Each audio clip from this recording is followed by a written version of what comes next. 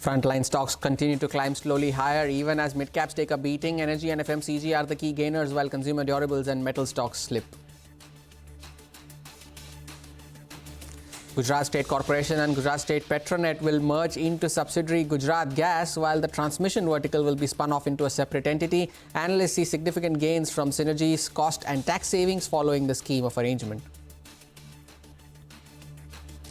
Two-wheeler players clock strong sales in August, as do SUV makers in the passenger vehicle segment, but commercial vehicle sales hit a rough patch. The Congress spokesperson alleges SEBI chair Madhavi Puri-Booch received regular income from ICICI Bank Group while she was on the board of the regulator from 2017 to 2024. The party speaker calls for the SEBI chair to make a voluntary disclosure on her material corporate relationships. During the course of her address at a CII meet, SEBI chair, while highlighting the complexity of markets in the future and the need to co-create, remarked that she won't speak on REITs as she has been accused of conflict of interest. The comments are seen as a pushback on the recent allegations against her. Hello and welcome to Business Lunch here on CNBC-TV18 in the Mumbai News Centre. I'm Hormis Fatakia. Let's first take a look at how the markets are doing at this point of time. It's a sluggish start to the week, but then that should not come as a surprise because there has been some selling pressure that has emerged in the last few minutes of the trading session. And it should not come as a surprise because we are coming on the back of a 12-day rally on the Nifty, and this is the 13th day that the index has been holding on to the gain so far. The sensex itself is up for the 10th day, but there has been some selling pressure that has emerged over the last few minutes. The Nifty bank, though, has continued to remain at the flat line all through the trading session. There has been some bits of choppiness, but the index has continued to hold on to those levels where it had closed on Friday. But the broader markets are seeing some bit of selling pressure in today's session. The mid-cap index is down 0.5%. The small-cap index is also down 0.4%, and plenty of specific stocks that are moving towards the downside in today's session. Vodafone Idea being one of them. The stock was supposed to receive inflows during the MSCI readjustments on Friday, and it is seeing some bit of selling pressure. Vodafone Idea, Indus Towers, both down 4% in today's session. But the one stock that is possibly the stock of the day today is Gujarat Gas, and we'll begin the show by focusing on that. That stock has zoomed following a major restructuring scheme which proposes a merger of GSPC, Gujarat State Petronet, and GSPC Energy into Gujarat Gas. Now, the company's gas transmission business will also be carved out and be listed as GSPL Transmission. Now, Nimesh is standing by with more details. A very interesting restructuring which was announced over the weekend within the Gujarat Gas, Gujarat GSPL as well as GSPC. Now, essentially, this scheme of arrangement has been largely been proposed for simplifying the structure as well as value unlocking for the shareholders as well. So, when I mean simplifying the structure, let's look at the structure first. What is Gujarat Gas currently? I mean, what not done approved is merger of GSPC into Gujarat Gas, GSPL into Gujarat Gas, as well as demerger of GTL. Now, if you look at the existing structure of the holding, Gujarat government holds a majority stake in GSPC, which is unlisted, and you know, then okay. Now, first talk about the share swap ratio for Gujarat. So basically, a merger between GSPC and Gujarat Gas, the ratio is 10 shares of Gujarat Gas for 305 shares of GSPC. For GSPL, which is a listed entity, you'll get 10 shares of Gujarat Gas if you're owning 13 shares of GSPL. And after the merger, there will be a demerger of the trading business, which will be called GTL, and you'll get 1 share of GTL for 3 shares of Gujarat Gas. So that's the structure. It's a 3-step structure which has been announced. Now, as I said, it's largely been done to dismantle the holding structure. What is the structure currently? Gujarat government owns 55.6% in GSPC, which is unlisted. Now, GSPC in turn owns 37.5% in GSPL, which is a listed entity, and GSPL in turn owns close to 54% in Gujarat Gas. That's the holding structure currently. After the restructuring, there will be two separate companies which will get listed. One will be Gujarat Gas. Now, that will hold the city gas distribution businesses, the gas trading, E&P, and the renewable business, and the related investments. So this will be one entity where all the companies will get merged into. The second entity will be GTL. Now, that's the trading business of GSPL, which will be carved out as a separate business and list separately. Now, GTL will have the gas transmission business and the related investments, including the cash as well. So that's what the restructuring will look like. Two businesses, Gujarat Gas as well as GTL. Now, what our brokerage is saying as far as Gujarat Gas is concerned, couple of interesting reports. Equirus today has actually upgrade the stock to an add and take as a target price of 726. They believe that the merger is value accretive. Even Equirus had put out a note on Gujarat Gas. They actually upgraded the stock to an add with a target price of 667. And they believe it's a well-thought merger. And post the merger, Gujarat Gas will become the second most, second big company in the gas trading space. So that's broadly what the analysts are saying. In fact, Jefferies was slightly negative on the stock, but post the merger, they believe that the fair value could be close to 513, but they still believe that earnings could be volatile and there could be some impact on the gas margins post this merger. So mixed view from analyst point of view, but the stocks are reacting pretty hard. I guess the two big takeaways: one, it just simplifies the holding structure between the Gujarat Gas and GSPC and GSPL, and two, a bit of value unlocking for the GSPL shareholders. Nimesh, thanks a lot for breaking down that complex merger agreement. And of course, the stock reacting as well. Gujarat Gas almost up 10% in today's trading session, 11% now as we speak at 673, and GSPL also at the highest point of the day, up 5%. In fact, earlier today, we discussed the merger mechanics with Probal Sen of ICICI Securities and Maulik Patel, the head of research at Equirus, to understand this merger. Listen into what they had to say. The gas trading business, obviously, which adds about 1,000 crores of EBITDA. Now, there are two ways to look at it. 330 odd crores, as per the management estimates, comes from the sourcing that Gujarat Gas itself used to do from GSPC. But the fact is that that margin will be added to somewhere. It will not disappear, even if the entity is the same. More importantly, since there is a 72 billion, tax loss that will be transferred to the resulting entity, that itself ensures that there will be literally no tax liability on the resultant entity for at least the next 2 to 3 years, depending on the actual PBT level. So, those two factors actually combine to deliver the huge outsized EPS benefit.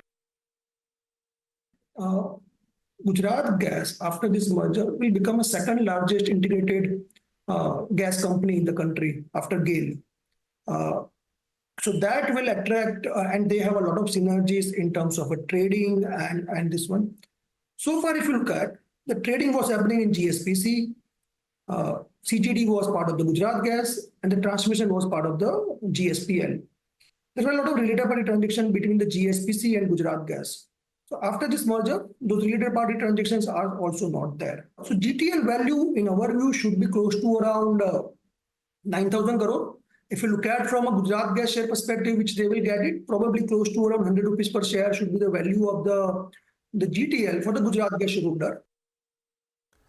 The big merger of the day between Gujarat Gas and other companies. Moving on then, SEBI has announced a formal revision of thresholds for stocks entering or exiting the F&O segment. Nigel is joining in with more details. Well, SEBI has announced a formal revision of the thresholds for stocks entering and exiting the F&O segment. The notable changes in the methodology was on the median quarter sigma order size requirement, which has been increased from 25 lakh to 75 lakh. So that's the first point. Second point is the market-wide position limit has been revised from around 500 crores to around 1500 crores. And finally, the average daily value over the last 6 months has been revised from 10 to 35 crores. So those are the top 3 points. Now, SEBI has also said that once a stock is excluded from the derivatives market, it shall not be considered for re-inclusion for a period of 1 year. Now, based on these new criteria that have been laid out, Nuvama has stated that they understand that the exclusion review can occur in December, and the exclusions from the derivative segment will take effect only in February 2025 or after that as well. They believe that 18 stocks have a strong chance of being excluded from the derivative segment, and the list comes up for you on the screen. Now, moving to the inclusions. Commenting on the inclusions, Nuvama says that close to 80 names could qualify for F&O inclusion. And some of the notable names, they're up for you on the screen. They also add that it seems clear that SEBI intends to include new stocks in the derivatives market, and they believe the new inclusions could be announced in the next few weeks or the next few months. Nuvama also says that Jio, Financial, as well as Zomato, they are the strong contenders to make it to the F&O segment. That could propel them into the Nifty in the next rejig, that's in 2025, though the final decision rests with SEBI. So that's what the changes were and what it implies. Nigel, thanks a lot for taking us through those updates. Time for a short break. Then up next, we get you some exclusive updates on the government's push on e-mobility. Stay tuned. Back on the other side.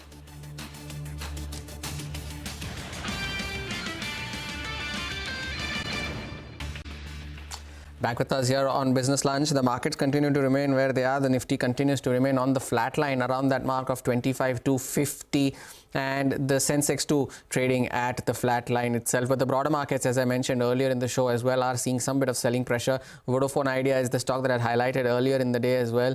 Indus Towers is the other one. Both of them seeing selling pressure in today's session. Vodafone Idea down almost 4%, now down to levels of 15, and Indus Towers too down almost 5% now at the lowest point of the day at levels of 435. But pull up Dixon Technologies as well. That is another stock that is seeing some selling pressure. That stock was also supposed to receive MSCI inflows on Friday and then saw some sharp profit booking towards the close of trade, ended 2% lower on Friday and now is trading around 5% lower in today's session as well. The management speaking to us earlier in the day had mentioned that the growth in FY25 is likely to be slow, considering the fact that the company is currently in the ramp-up phase. So not a good day in the office for Dixon Technology. Some profit booking there. What is also seeing some bit of profit booking though is Suzlon, and that stock is also trading with losses of around 4% as we speak. And the other one that I wanted to highlight was Aarti Drugs. Of course, the management also cutting guidance in an interview with CNBC-TV18 earlier in the day. Some pressure coming in for Aarti Drugs as well. Now, sources are telling CNBC-TV18 that the discussions over the new FAME scheme to promote electric mobility are underway and that the scheme could be introduced in the next couple of weeks. Parikshit is here to tell us more. Discussions on the much-awaited FAME 3 scheme for the electric vehicle mobility ecosystem is in its final stages. We believe that the Prime Minister's office is reviewing the final proposals around FAME 3 and its contours when it comes to incentives. Now, the government is considering a proposal for FAME 3 with an outlay of 11,500 crores for just a 2-year period. What they're also looking at is reducing or staggering the incentives across vehicle categories over 2 years. Now, new vehicle categories, including electric trucks, electric tractors, electric mining equipment, and heavy machinery, could be included in this policy. FAME 3 scheme is likely to have incentives just the way FAME 2 did for electric buses, two-wheelers and three-wheelers as well. But the incentives for two- and three-wheelers could be lower compared to FAME 2. The government is also considering continuing incentives for electric cars only in the shared mobility segment. This is also like it was in the FAME 2 scheme. Incentives are being considered for charging infrastructure with a plan to have a significant charging infrastructure across the country. The reason why it is very important to do this in the next few weeks, and we hear that the scheme is likely to be finalized in 2 weeks or so, this is because the government had to extend the temporary EMPS scheme till the 30th of September 2024 with an outlay of 778 crores. Now, if they don't have a scheme ready by the end of 30th September, they will have to extend the EMPS scheme again. So we believe that the government is coming around to taking a call on the FAME 3 scheme, and we could see the final contours of this new policy in the next 2 to 3 weeks. Parikshit, thanks a lot for that update. Time for another short break here on Business Lunch. Up next, massive protests have erupted in Israel after 6 hostages were found killed. More on this after this short break. Stay tuned. Back on the other side.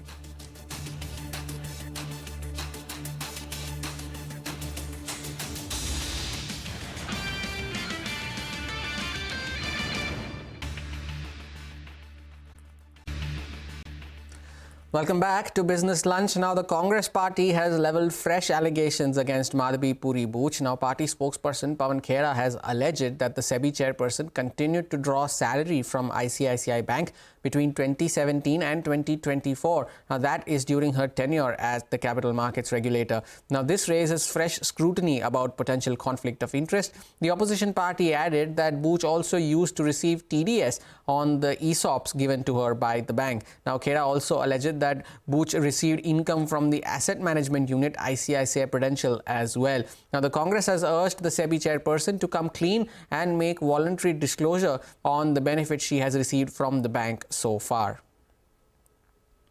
SEBI की chairperson जब वो member थी, whole time member थी, 2017 से 2024 के बीच में regular income ICICI bank से ले रही थी 16 करोड़ 80 लाख। ये सीधे सीधे सेक्शन 54, सेक्शन 54 ऑफ सेबी जो एम्प्लॉइज सर्विस रेगुलेशन 2001, मैं इसका एनेक्शर आपको दिखाऊंगा, उसका वायलेशन है। सीधे सीधे ऑफिस ऑफ प्रॉफिट का मामला है, सीधा। इसमें अगर किसी में थोड़ी सी भी अगर लिहाज, शर्म, लज्जा कुछ हो, वो इस्तीफा देगा, 1 मिनट नहीं रुकेगा इस एक्सपोजर के बाद। सेबी की चेयरपर्सन से हम ये जानना चाहते हैं कि आप खुद बता दीजिए और ऐसी कौन कौन सी कंपनियां हैं जिनके आप केसेस सेबी के सामने लंबित हैं, आप उन केसेस पे जजमेंट दे रही हैं, और आप या आपके नजदीकी परिवार के सदस्य उन कंपनियों से अगर कोई लाभ उठा रहे हैं तो आप स्वयं बता दीजिए। देश को जानने का हक है, क्योंकि हमारे आपके करोड़ों लोगों के शेयर मार्केट, स्टॉक मार्केट में इंटरेस्ट होता है, हम पैसा लगाते हैं, ये जानने का हक हम सबको है।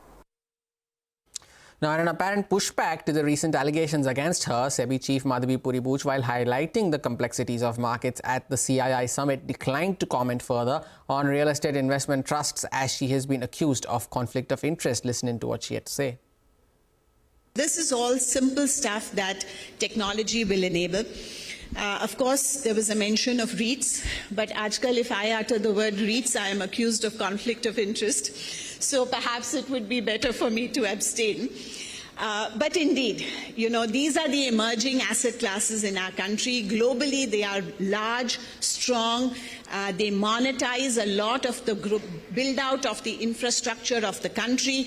They have a huge multiplier effect in terms of the growth of the country. So all of this is very much on our agenda, and it will be done in a manner of co-creation, because that's the only sensible way to do it. Well, news now coming in from Andhra Pradesh and Telangana, where both states are continuing to be battered by heavy rains for the second consecutive day, leading to massive flooding that has killed at least 27 people so far. Now, rail traffic has also been disrupted due to waterlogging in several parts of both of these states. Over 100 trains have been cancelled, while several others have been diverted across the South Central Railway zone. Now, earlier today, Andhra Pradesh Chief Minister Chandrababu Naidu visited flood-affected areas in Vijayawada and supervised the rescue and relief efforts. Meanwhile, Prime Minister Narendra Modi spoke to chief ministers of both the states and assured full support to the rescue and relief efforts. Well, massive protests have also swept across Israel on Sunday after the bodies of 6 hostages were recovered from Gaza, with local media estimates suggesting that up to 500,000 people participated. Now, Israeli Prime Minister Benjamin Netanyahu is now facing increasing pressure to broker a hostage deal. Israel's largest labor union, which represents tech players and manufacturers, is also set to strike today in support of a deal. CNBC's Dan Murphy has more on this. Israel's economy is essentially grinding to a halt today as this unprecedented labour strike gets underway in response to the killing of these 6 young hostages. Now, we've been hitting the phones trying to understand the impact on the ground, and details of this strike are still coming in, but it is reported that many schools, most schools in fact, many businesses and even Israel's Ben Gurion airport are all set to close in part at some point today as union bosses and business leaders basically come together to try and pressure Prime Minister Benjamin Netanyahu to get a hostage deal done. Now, if you haven't seen it already, there are extraordinary pictures coming in of this huge demonstration that we saw on Sunday. And of course, this comes after we saw Israel's finance minister also saying that this strike taking place today, which is of course being led by Histadrut, which is one of Israel's biggest labor unions, is going to have significant economic consequences. And of course, the demonstration would have done the same as well. This was the imagery on the streets of Tel Aviv on Sunday night. Really an extraordinary display of both heartbreak and anger. Everyday Israelis making their voices heard after the bodies of these hostages were recovered from Gaza after being murdered by Hamas. Here's how Prime Minister Benjamin Netanyahu is responding to that protest today. Our efforts to free our hostages are ongoing. Since December, Hamas refuses to conduct real negotiations. 3 months ago, on May the 27th, Israel agreed to a hostage release deal with the full backing of the United States. Hamas refused. Prime Minister Netanyahu there. Now, of course, among the dead is the Israeli-American Hersh Goldberg Poland, which certainly raises the stakes for President Joe Biden and Vice President Kamala Harris, who are also reportedly set to meet today with national security officials in the United States to determine how to move forward with this deal. It's reported that President Biden is considering presenting a final proposal for a hostage release and ceasefire this week, but that remains to be seen. That original reporting came from Barak Ravid at Axios, who says that this could be perhaps the last document that the White House is willing to put forward in order for Israel and Hamas to sign. And with that, it's a wrap on this edition of Business Lunch from me and the team that put this show together. Thank you so much for watching. Midcap Radar takes the action forward.